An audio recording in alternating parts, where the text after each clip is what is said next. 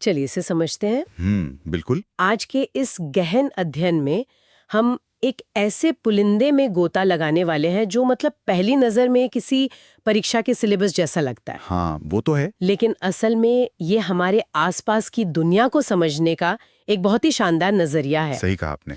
तो आज हमारे पास जो स्रोत है वे पर्यावरण अध्ययन यानी जो हमारा ईवीएस है उसकी एक बहुत ही बेहतरीन मास्टर क्लास के नोट्स हैं। जो मुख्य रूप से यूपीटीईटी, सुपर टीटी और सीटीईटी जैसी परीक्षाओं की तैयारी के लिए है ना। एकदम सही। लेकिन हमारा मिशन यहाँ सिर्फ तथ्यों की कोई लंबी सी लिस्ट पढ़ना नहीं है।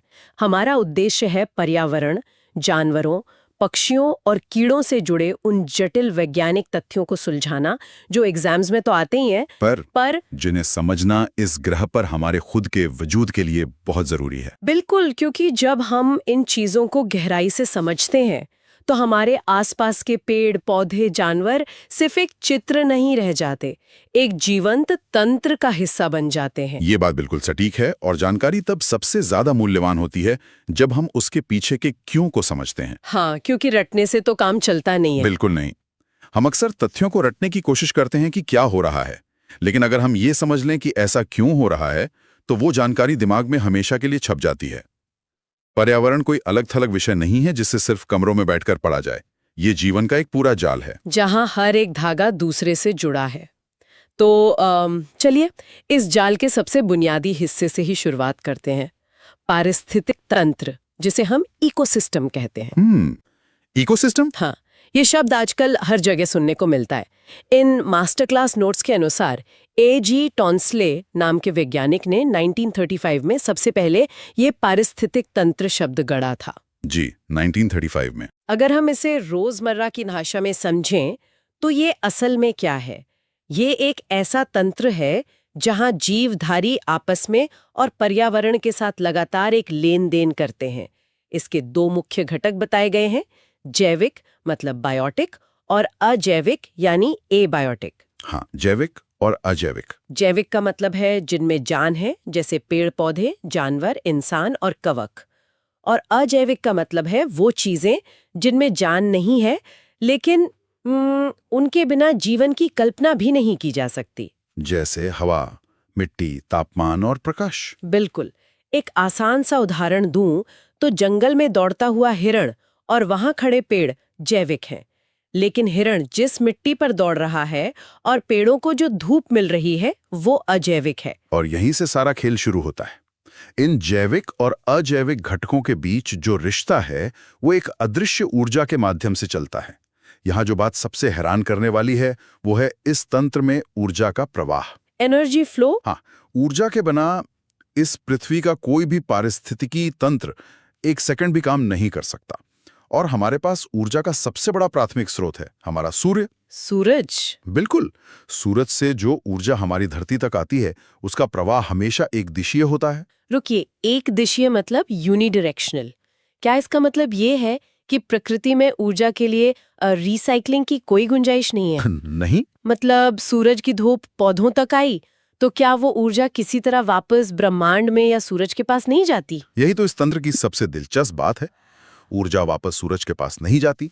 सूर्य की ऊर्जा पौधों तक पहुंचती है, पौधे उसे प्रकाश संश्लेषण के जरिए भोजन बनाने में इस्तेमाल करते हैं, फिर वो ऊर्जा आगे बढ़ती है। अच्छा। इन नोट्स में एक बहुत ही बेहतरीन खाद्य श्रृंखला का उदाहरण है जो इसे स्पष्ट करता है।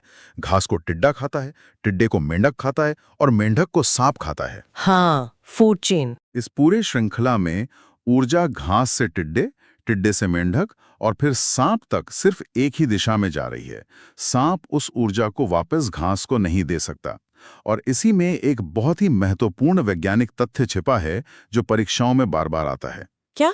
ऊर्जा का पिरामिड हमेशा सीधा होता है। सीधा होता है मतलब अपराइट? तो ऊर्जा का पिरामिड सीधा होने का मतलब है कि जैसे जैसे हम इस खाद्य श्रृंखला में ऊपर की ओर जाते हैं ऊर्जा की मात्रा कम होती जाती है ना? बिल्कुल। इसे ऐसे समझिए कि घास के पास सबसे ज्यादा ऊर्जा होती है। जब टिड्डा घास खाता है तो वह उस ऊर्जा का एक बड़ा हिस्सा अपने चलने फिरने और शरीर को गर्म रखने में खर्च कर देता है। तो मेंढक के लिए कम बचती है? एकदम सही। इसलिए मेंढक के लिए बहुत कम ऊर्जा बचती है और सांप तक पहुंचते पहुंचते वह और भी कम रह जाती है। इसीलिए एक बड़े जंगल में लाखों पेड़ पौधे होते हैं, लेकिन शिकार करने वाले बाघ या सांप बहुत कम होते हैं। ये सच में एक अद्भुत नजरिया है। वैसे जब हम जैविक घटकों यानी इंसानों और जानवरों की बात कर ही रहे हैं, तो जीव विज्ञान का एक बहुत ही बेसिक तथ्य है जो अक्सर इन एग्जाम्स में सीधे पूछ लिया जाता है। एक वयस्क मनुष्य के शरीर में कुल 206 हड्डियां होती हैं। जी, 206 हड्डियां। और मजेदार बात यह है कि हमारे इस 206 हड्डियों वाले जैविक शरीर को सही ढंग से काम करने के लिए अजैविक चीजों की बहुत जरूरत होती है, जैसे पानी और नमक। साधारण नमक। हाँ, जिसका रासायनिक सूत्र NaCl है।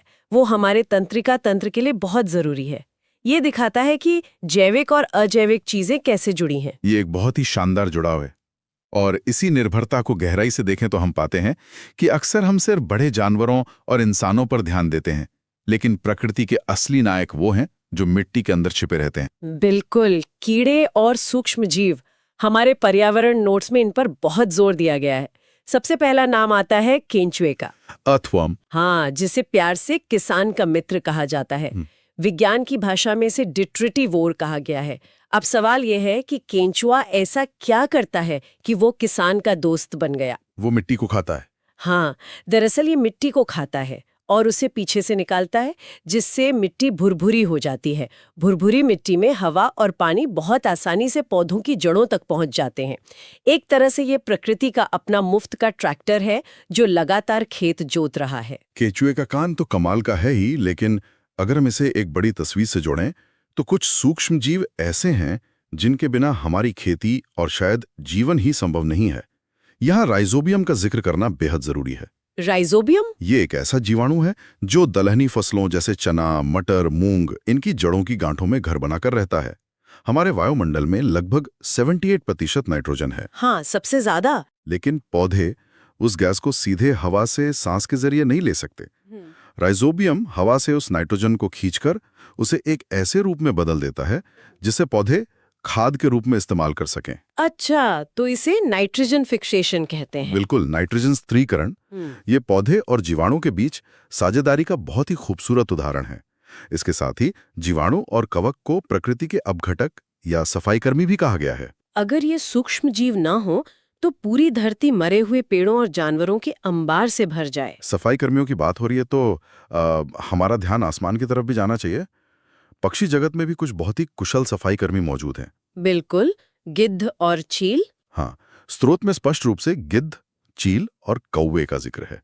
इन्हें मृतभक्षी यानी स्कैवेंजर्स कहा जाता है, क्योंकि ये अपना शिकार खुद मारने के बजाय मरे हुए जानवरों को खाते हैं। सही कहा। ये पर्यावरण को साफ रखने और सड़ते हुए शवों से फैलने वाली भयानक बीमारियों को रोकने में बहुत बड़ी भूमिका निभाते हैं। लेकिन यहीं पे एक बहुत ही दुखद कहानी सामने आती है। हाँ, और ये एक बहुत ही महत्वपूर्ण सवाल खड़ा करता है कि कैसे इंसान का एक छोटा सा दखल पूरे पारिस्थितिक तंत्र की नींव को हिला सकता है। वो दर्द की दवा वाली बात ना? हाँ, इन मास्टर क्लास नोट्स में एक विशेष दवा का जिक्र है, डिक्लोफेनेक। ये असल में एक आम दर्द निवारक दवा है जो मुख्य रूप से बीमार पशुओं जैसे गाय और भैंसों को उनके दर्द से राहत देने के लिए दी जाती थी। जब उन पालतू पशुओं की मौत हो जाती और गिद्ध उनके शवों को अपना भोजन बनाते, तो ये डिक्लोफेनेक दवा गिद्धों के शरीर में पहुंच जाती। ओहो! गिद्धों का गुर्दा इस रसायन को बिल्कुल भी बर्दाश्त नहीं कर सकता। नतीजा ये हुआ कि दवा खाने वाले शवों को खाने के कुछ ही दिनों के भीतर गिद्धों के गुर्दे काम करना बंद कर देते और उनकी मौत हो जाती। बाप रे! इस एक मानवीय भूल के कारण भारत में गिद्धों की आबादी में 99% तक की भारी गिरावट दर्ज की गई। हमने अनजाने में अपने ही पर्यावरण के सबसे बेहतरीन सफाई कर्मियों को विलुप्त होने की कगार पर धकेल दिया। ये जानकर सच में हैरानी होती है कि एक दर्द की गोली का असर आसमान में उड़ने वाले पक्षियों तक पहुंच सकता है। प्रकृति में हर चीज का अपना एक काम है। गिद्धों की कमी ने हमें ये जरूर सिखाया कि प्रकृति अपना काम कैसे करती है। बिल्कुल। वैसे प्रकृति केवल सफाई ही नहीं करती, बल्कि वो सदियों से हमारा मार्गदर्शन भी करती आई है। नोट्स में एक छोटा लेकिन बड़ा ही दिलचस्प तथ्य है, ध्रुव तारा, पोल स्टार। जब स्मार्टफोन और जीपीएस नहीं था, तब प्राचीन काल में यात्री और नाविक रात के अंधेरे में इसी तारे को देखकर उत्तर दिशा का पता लगाते थे। ध्रुव तारा हमेशा उत्तर दिशा में ही स्थिर रहता है। यह एक प्यारा उदाहरण है कि कैसे ब्रह्मांड इंसानों को रास्ता दिखाता है। प्रकृति हमें रास्ता भी दिखाती है और हमारी सांस्कृतिक पहचान भी तय करती है। अगर हम महत्वपूर्ण जानवरों, पक्षियों और राष्ट्रीय प्रतीकों की बात करें तो ये हिस्सा किसी भी परीक्षा के लिए बहुत महत्वपूर्ण होता है। चलिए फिर भारत के प्रतीकों पर थोड़ी रोशनी डालते हैं। हम सभी जानते हैं कि भारत का राष्ट्रीय पक्षी मोर है, लेकिन जब बात उत्तर प्रदेश की आती है, जहां के लिए ये यूपी टीईटी जैसी परीक्षाएं होती हैं, तो वहां का राजकीय पक्षी सारस क्रेन है। सारस? ये कोई आम पक्षी नहीं है, ये दुनिया का सबसे ऊंचा उड़ने वाला पक्षी है जो हमेशा जोड़ों में रहना पसंद करता है। और अब पक्षियों की बात निकली है तो 20 मार्च को याद रखना जरूरी है, विश्व गौरैया दिवस। एकदम सही। कभी हमारे घरों के आंगनों में फुदकने वाली ये छोटी सी चिड़िया शहरीकरण के कारण तेजी से कम हो रही है। इस दिवस का उद्देश्य इसी चिड़िया को बचाना है। और जब हम लुप्त होती प्रजातियों को बचाने की बात करते हैं तो प्रोजेक्ट टाइगर का नाम लिए बिना संरक्षण का इतिहास अधूरा है। 1973 ना? जी, स्रोत इस बात पर जोर देते हैं कि ये महत्वाकांक्षी योजना 1973 में शुरू हुई थी। उस समय भारत में बाघों की संख्या खतरनाक स्तर तक नीचे जा चुकी थी। इस प्रोजेक्ट को जमीन पर उतारने का श्रेय कैलाश सांखला को जाता है, जिन्हें आदर के साथ टाइगर मैन ऑफ इंडिया कहा जाता है। टाइगर मैन ऑफ इंडिया, बहुत बढ़िया। इसी प्रोजेक्ट की सफलता का नतीजा है कि आज मध्य प्रदेश को टाइगर स्टेट का दर्जा प्राप्त है, क्योंकि वहां बाघों की आबादी सबसे घनी है और हर साल 29 जुलाई को अंतर्राष्ट्रीय बाघ दिवस मनाया जाता है। 29 जुलाई। और इसके अलावा अगर कोई एशियाई शेरों को देखना चाहता है तो इस पूरी दुनिया में अब केवल एक ही जगह बची है, गुजरात का गिर राष्ट्रीय उद्यान। गिर नेशनल पार्क। इससे एक बहुत ही दिलचस्प सवाल मेरे मन में आता है। गिर में शेर है, असम में गैंडे हैं। इसका मतलब है कि हर जानवर अपने एक खास तरह के घर, जिसे हम आवास कहते हैं, उसी के लिए बना है। बिल्कुल, हैबिटेट। हमारे नोट्स में जानवरों के अनुकूलन यानी एडेप्टेशन के शानदार उदाहरण है, जैसे असम के काजीरंगा का एक सींग वाला गैंडा। वह वहां की दलदली जमीन के लिए एकदम सही तरह से विकसित हुआ है। फिर हमारे पास टुंड्रा प्रदेश का रेंडियर है। इसके शरीर पर इतने घने बाल होते हैं कि यह जमा देने वाली ठंड को भी सह लेता है। और इन सब के विपरीत है रेगिस्तान का जहाज, ऊंट, जो अपने कुबड़ में वसा जमा करके बिना पानी पिए तेज धूप में जिंदा रह सकता है। ये प्रकृति की इंजीनियरिंग का सबसे बेहतरीन नमूना है। हर जीव ने खुद को अपने पर्यावरण के सांचे में ढाल लिया है। और अगर हम यूपी की बात कर ही रहे हैं तो वहां के कुछ विशेष तथ्यों पर ध्यान देना जरूरी है। UP special? उत्तर प्रदेश का राजकीय पशु बारहसिंघा है, जिसके सींगों की कई शाखाएं होती हैं जो उसे झाड़ियों में छिपने में मदद करती हैं। यहाँ का राजकीय वृक्ष अशोक है और सबसे दिलचस्प है यहाँ का राजकीय पुष्प पलाश या टीसू। अरे हाँ, पलाश। इसे फॉरेस्ट फायर यानी जंगल की आग भी कहा जाता है। हाँ। ऐसा क्यों है? दरअसल वसंत ऋतु में जब पलाश के पेड़ पर फूल खिलते हैं तो पत्ते पूरी तरह झड़ चुके होते हैं और पूरा पेड़ चमकीले लाल नारंगी फूलों से भर जाता है। दूर से देखने पर ऐसा लगता है मानो पूरे जंगल में आग लग गई हो। और इसका रंग इतना पक्का होता है कि पुराने समय में होली के रंग इसी से बनाए जाते थे। सारस क्रेन, बारहसिंगा, अशोक और पलाश, ये 4 नाम यूपी की किसी भी परीक्षा के लिए बेहद अहम हैं। और इन्हीं महत्वपूर्ण प्रजातियों को बचाने के लिए जो सुरक्षित ठिकाने बनाए गए हैं, उन्हें हम राष्ट्रीय उद्यान या नेशनल पार्क्स कहते हैं। बिल्कुल। अगर हम भारत के नक्शे पर नजर डालें तो यूपी का एकमात्र राष्ट्रीय उद्यान है दुधवा, जो लखीमपुर खीरी जिले में है। लेकिन भारत के सबसे पहले राष्ट्रीय उद्यान की बात करें तो वो उत्तराखंड में स्थित जिम कॉर्बेट है। यह ऐतिहासिक रूप से भी बहुत महत्वपूर्ण है, क्योंकि 1973 में प्रोजेक्ट टाइगर की शुरुआत इसी जगह से हुई थी। उत्तराखंड में एक और जगह है जिसका नाम सुनते ही आंखों के सामने एक खूबसूरत तस्वीर बन जाती है। फूलों की घाटी, वैली ऑफ फ्लावर्स। बहुत सुंदर जगह है। ये भी एक राष्ट्रीय उद्यान है। यहाँ से अगर हम राजस्थान के सूखे इलाकों की तरफ चलें तो वहाँ सरिस्का राष्ट्रीय उद्यान मिलता है, जो बाघों के लिए जाना जाता है। और पूर्वी हिस्से में है पश्चिम बंगाल का सुंदरवन, दुनिया का सबसे बड़ा मैंग्रोव जंगल, जहां मीठा और खारा पानी मिलता है। ये अपने खूंखार रॉयल बंगाल टाइगर के लिए मशहूर है। एक बात जो समझने वाली है कि ये जितने भी जानवर और जंगल हैं वो वहां होने वाली बारिश और पादप जगत पर निर्भर करते हैं। Plant kingdom. हाँ, मानसूनी वनों की बात करें तो इन जंगलों को हरा भरा रहने के लिए हर साल 70 से 200 सेंटीमीटर बारिश की जरूरत होती है। इस बारिश से जो पेड़ पौधे उगते हैं उनका विज्ञान भी रोचक है। हमारे नोट्स में जेट्रोफा नाम के एक पौधे का जिक्र है, जेट्रोफा, जिसे आम भाषा में रतनजोत भी कहते हैं। इसे भविष्य की बायोडीजल फसल माना जाता है। बायोडीजल फसल मतलब इससे ईंधन बनता है? अब बिल्कुल, इसके बीजों से तेल निकालकर ऐसा ईंधन तैयार किया जा सकता है जो पारंपरिक पेट्रोल डीजल की तरह प्रदूषण नहीं फैलाता। ऊर्जा के संकट को देखते हुए ये बहुत महत्वपूर्ण है। ये तो कमाल है। इसके अलावा पादप विज्ञान के कुछ बुनियादी तथ्य हैं, जैसे पत्तियों का हरा रंग क्लोरोफिल वर्णक के कारण होता है और फलों को प्राकृतिक रूप से पकाने के लिए एथिलीन गैस जिम्मेदार होती है, जो पौधे खुद पैदा करते हैं। और इन सबसे बड़ी और जीवन देने वाली प्रक्रिया है प्रकाश संश्लेषण यानी फोटोसिंथेसिस। पौधे हवा से कार्बन डाइऑक्साइड लेते हैं और बदले में हमारे लिए ऑक्सीजन छोड़ते हैं। ये सीधा सा विज्ञान बताता है कि जंगलों को बचाना अपने फेफड़ों को बचाने जैसा है। और जंगलों को बचाने की बात पर भारत का एक बहुत ही भावुक आंदोलन याद आता है, चिपको आंदोलन। ये घटना 1973-74 की है। उत्तराखंड के गढ़वाल हिमालय में पेड़ों की अंधाधुंध कटाई की जा रही थी। तब सुंदरलाल बहुगुणा और गौरा देवी के नेतृत्व में स्थानीय महिलाओं ने एक अनोखा तरीका अपनाया। वो पेड़ों से लिपट गई थीं। हाँ, जब ठेकेदार कुल्हाड़ी लेकर आए तो महिलाएं पेड़ों से चिपक कर खड़ी हो गईं। उनका संदेश साफ था कि पेड़ों को काटने से पहले कुल्हाड़ी उनके शरीर पर चलानी होगी। इस आंदोलन ने दुनिया को एक बहुत ही गहरा नारा दिया, इकोलॉजी इज परमानेंट इकोनॉमी, यानी पारिस्थितिकी ही स्थायी अर्थव्यवस्था है। इसका सीधा सा अर्थ है कि जंगल सिर्फ लकड़ी का डिपो नहीं है। जंगल मिट्टी, पानी और शुद्ध हवा देते हैं। अगर आप जंगल काट देंगे तो जमीन बंजर हो जाएगी और सारी अर्थव्यवस्था ताश के पत्तों की तरह ढह जाएगी। क्या गजब की दूरदृष्टि थी उन लोगों की। लेकिन आज अगर हम देखें तो प्रदूषण ने एक बहुत ही भयानक रूप ले लिया है। हमारे नोट्स के अगले हिस्से में प्रदूषण और बीमारियों पर चर्चा है। सबसे चौंकाने वाला उदाहरण है अम्लीय वर्षा यानी एसिड रेन का।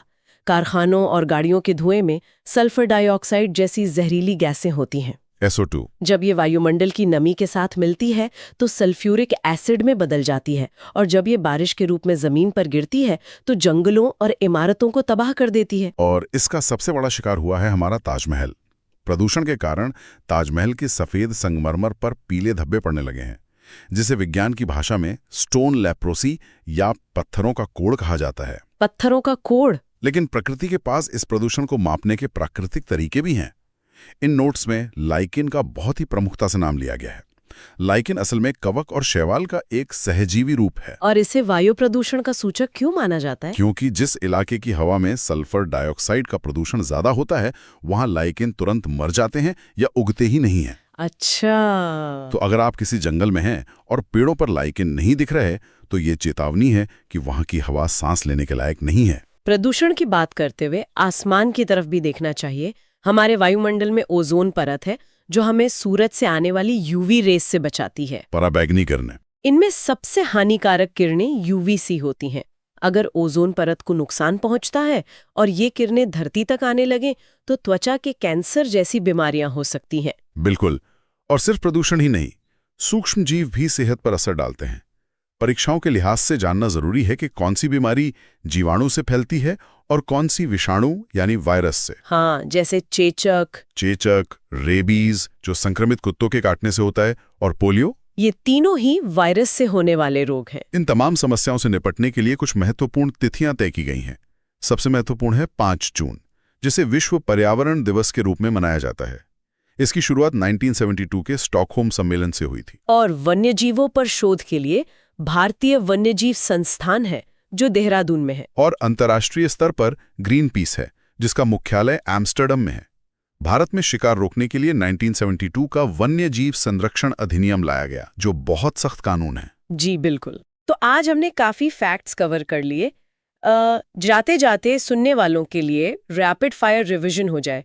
मनुष्य में 206 हड्डियां होती हैं, नमक NaCl है, सबसे हानिकारक UVC किरणें हैं, राष्ट्रगान 24 जनवरी 1950 को अपनाया गया और मॉनसूनी वनों में 70 से 200 सेंटीमीटर वर्षा होती है।